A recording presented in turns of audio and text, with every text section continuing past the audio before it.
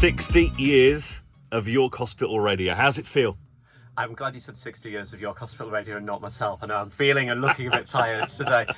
It's a tremendous achievement, really. I think it's always hard to put into perspective because I've been here 23, 24 years now, and I've seen other milestone birthdays and think, oh, it doesn't seem that long ago since the 50th, but 60 years for a hospital radio station is just huge. We're not the oldest, but equally when you compare it to national radio and local radio, we've been going so much longer, and 60 years, it's a huge achievement, and I'm always really grateful to all the people who came before us. And then I think there's a big challenge there about how do you keep something like this going for the next 10, 15 or 60 years ultimately, when I'll no longer be the person being interviewed. But no, it's really exciting, and I think it shows there's still a passion for people to be involved in radio and involved in local radio and understanding why you can make a difference for us to the patients of York and Scarborough NHS Trust. Yeah, we were stood in the record library.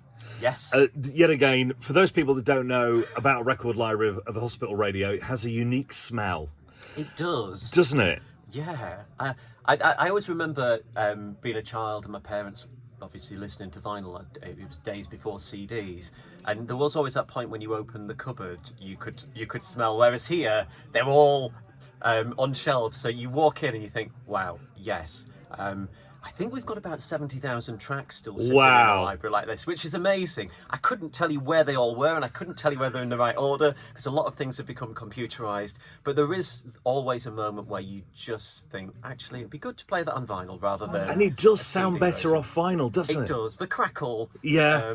The wide stereo, I felt. It's just something about it. It's a different feel, it's a different texture, different sound. Yeah. Really is. And you can tell the difference between those that have been overly processed and some of the original tracks that suddenly go really quiet or really loud, and you think, oh, it doesn't do that. Sometimes when I hear it, it's like, no, that's the vinyl version. That's how it was originally written and intended to be played. So people, over the past years, we used to have the old pipe system, didn't we? That people put the pipes inside the ears. That's gone now, I presume? Yes, it's gone. In the early days, you had some dial, I think, and you put the pipes in and you kept spinning it round trying to find the number. The bedside system in the hospital has improved, and that's now on a Spark system, which means that the patients can listen and we're the primary channel. But we also sort of moved with the times in COVID and went to be online and also to be on an app, just in case the technology doesn't work.